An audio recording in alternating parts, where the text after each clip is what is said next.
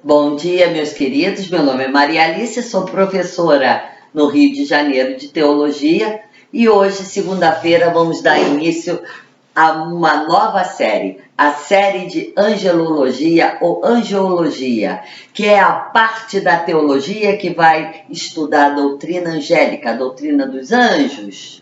Então, nós vamos fazer nesse curso o percurso desse estudo, desde a Sagrada Escritura, passando pela patrística e chegando até o magistério da igreja.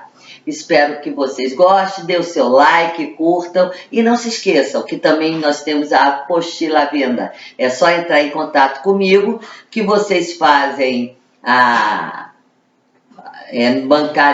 transferência bancária e eu envio por e-mail a apostila. É assim que é feito. Muito obrigada a todos vocês, uma feliz semana com Jesus e Maria sempre unidos. Vamos lá falar um pouquinho dessa doutrina angélica. A doutrina dos anjos é fundamentalmente o estudo dos ministros da providência de Deus. Quem são esses ministros da providência de Deus? São os agentes especiais de Deus. São os seres espirituais, são os anjos. Desde a antiguidade já tem uma adoração aos anjos. Os próprios gnósticos fazem essa adoração aos anjos. É só a gente ver Colossenses, Paulo vai falar isso na carta aos Colossenses, capítulo 2, versículo 18. Depois, então, na Idade Média, com as crenças absurdas dos rituais de bruxaria, com culto aos anjos, e agora em nossos dias os estudos cabalísticos, não é isso que nós temos muito, personalizados no meio esotérico e místico, ensinam novamente o culto aos anjos. Por meio de bruxarias sofisticadas e também bruxos modernos, que você fala o seu nome, mas a data de nascimento, e ali ele te diz qual é o seu anjo protetor, né? Isso é esoterismo.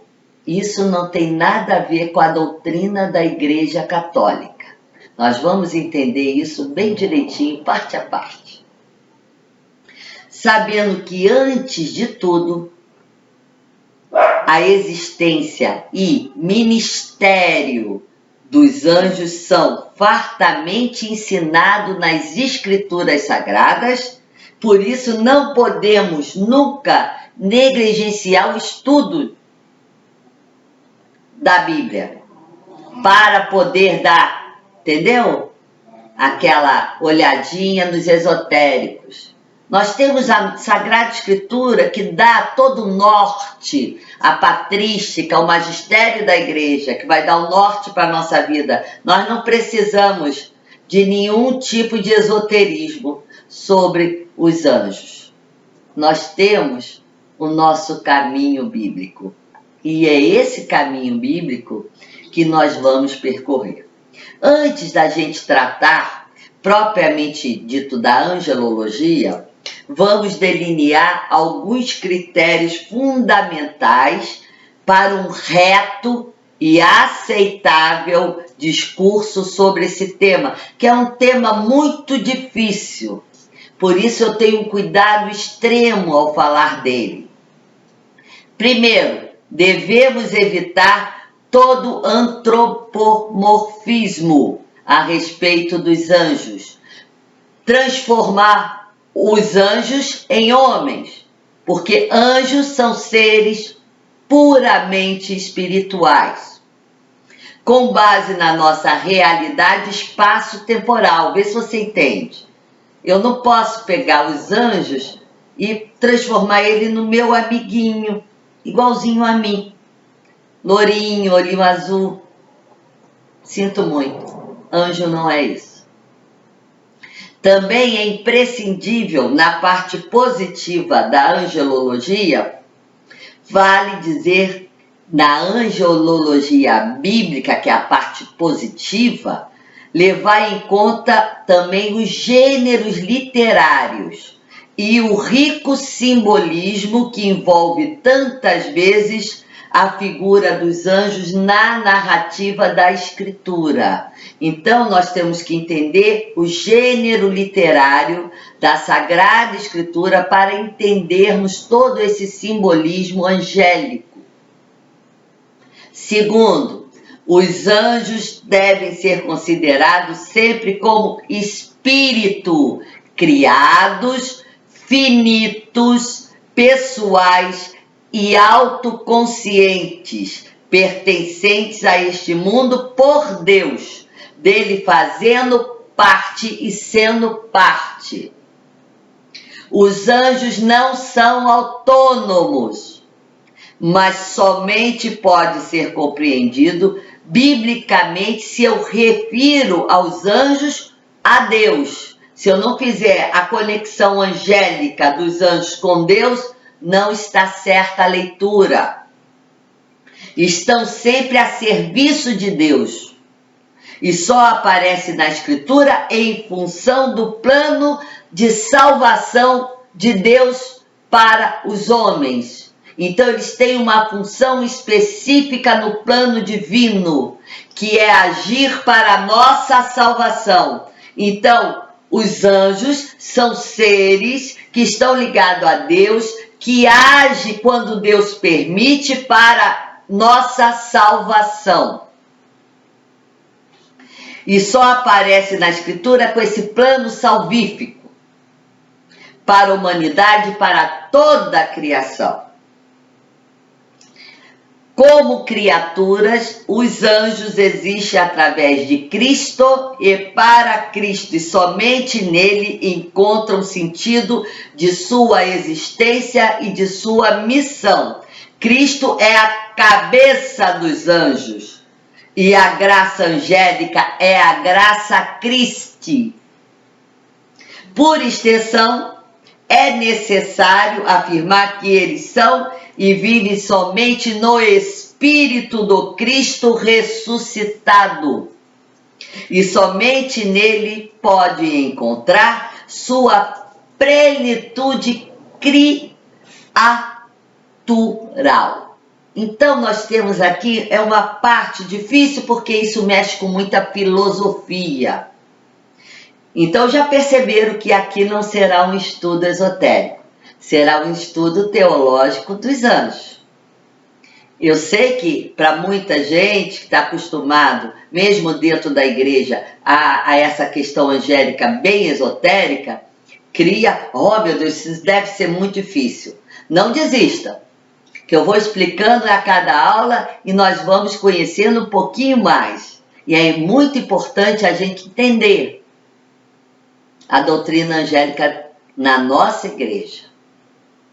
A angelologia mostra que o homem se encontra numa comunidade de salvação e de perdição. Não é isso? Nós podemos ser salvos, mas pelo pecado nós também podemos ir para lá, ó, para o inferno. Né? Então nós teríamos a salvação ou não. Cabe a quem? A nós. Pelo livre arbítrio. Eu escolho o que eu quero fazer da minha vida, nessa caminhada o quê? Terrestre. Então, é minha responsabilidade. Se o homem é o cume do mundo visível, não é isso? O mundo visível, nem por isso pode pretender-se ser o centro da criação, nem o lugar mais alto. Nós não somos.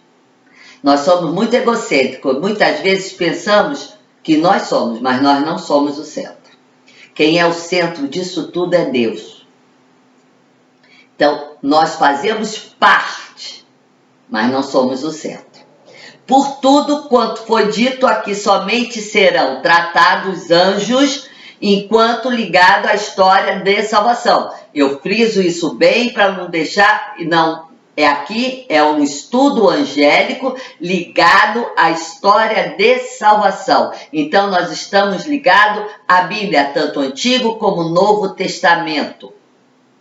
Os problemas ontológicos relativos ao mundo angélico somente serão abordados na medida em que esse interesse seja histórico salvífico, senão eu não vou entrar nessa seara.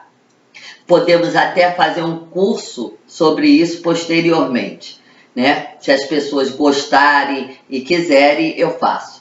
Tenhamos em mente que a Escritura fala dos anjos não para completar nossos conhecimentos sobre a criação, mas unicamente devido à sua relação com o homem enquanto peregrino, interlocutor de Deus no caminho de salvação.